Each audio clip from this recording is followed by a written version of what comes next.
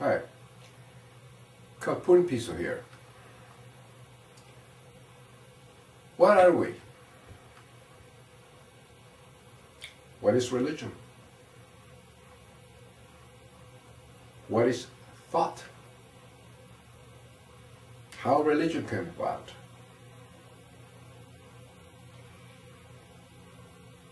We know what we are.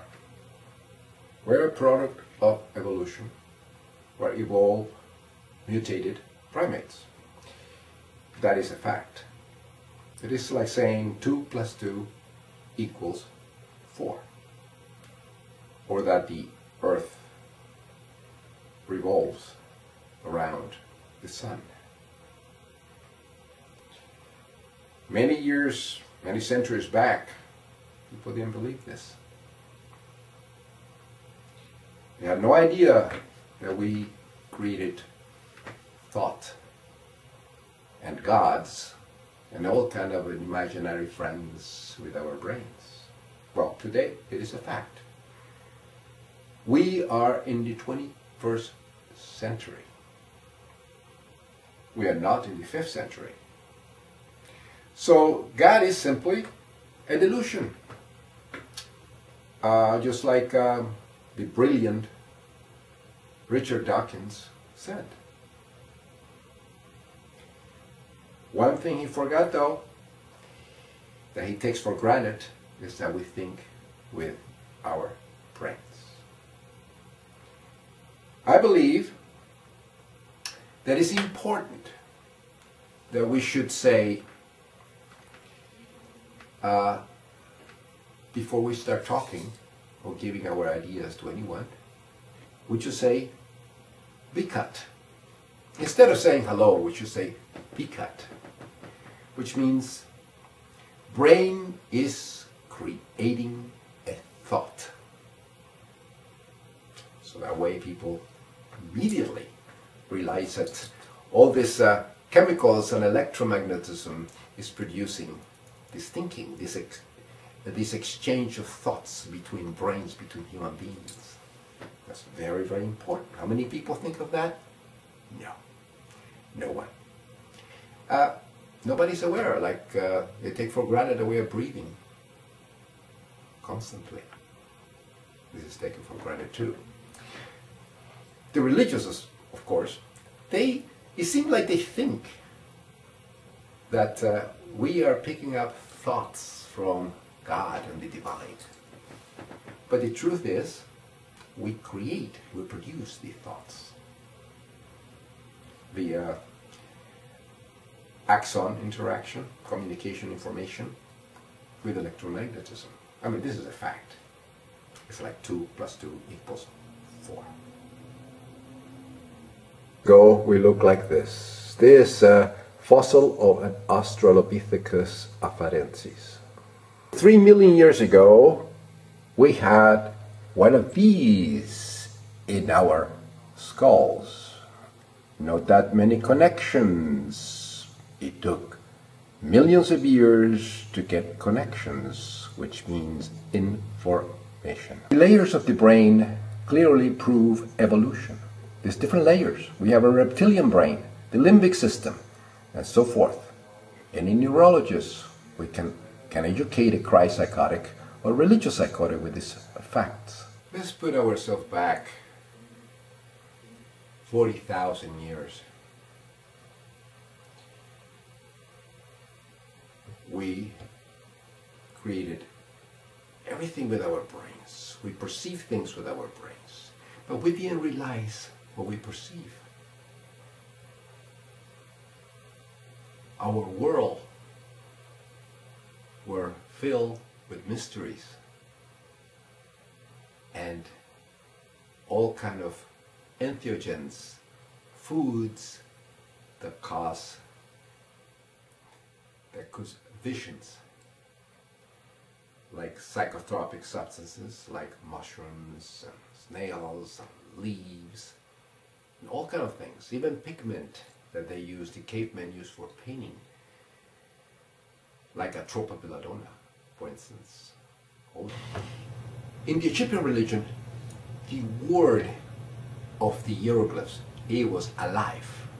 He was the Word. And many times, often, prayers were written in papyrus. And then the prayer was ceremoniously burned. And one will consume the ashes of the prayer. So that way we'll have the Word within us. This would eventually, 3,000 years later, copied by the Christians and many, many other religions. When they say the Word was God, well, it's simply hieroglyphs, ink that they burn and they consume. They saw gods that way. And any time they thought they saw a perceive a delusionary God, it made the brain feel good because it produces dopamine and serotonin, the neurotransmitters. They didn't know that at a time. God to them was very real. Their dreams were real. Delusions were real, produced by the food they ate. The awareness of our own mortality, of our finality, created life after death, created a delusion. It's like a brain anesthesia of the reality of life, which it will end. That's when heaven was created. And as revenge,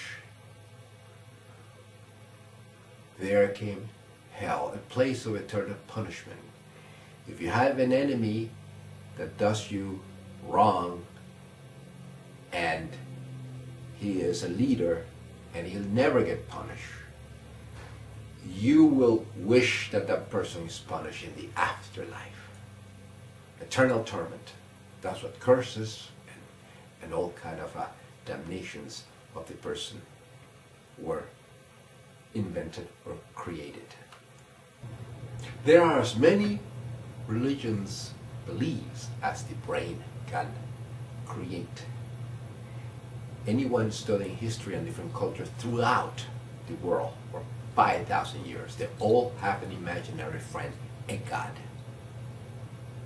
and all the superstitions that come with it. This clearly proves that God is actually a delusion, is a creation of our brains. The earliest form of communication were sacred symbols, sacred writings, called hieroglyphs, which means sacred writings. All of these sacred writings and rituals and beliefs were inspired by, not by God, by food, by psychoactive, psychotropic substances.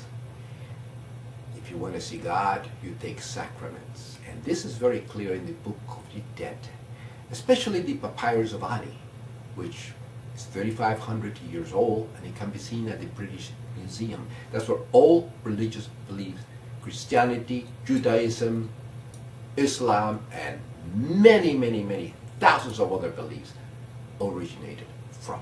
The Book of the Dead. Everything is right there. Resurrection also meant victory over death.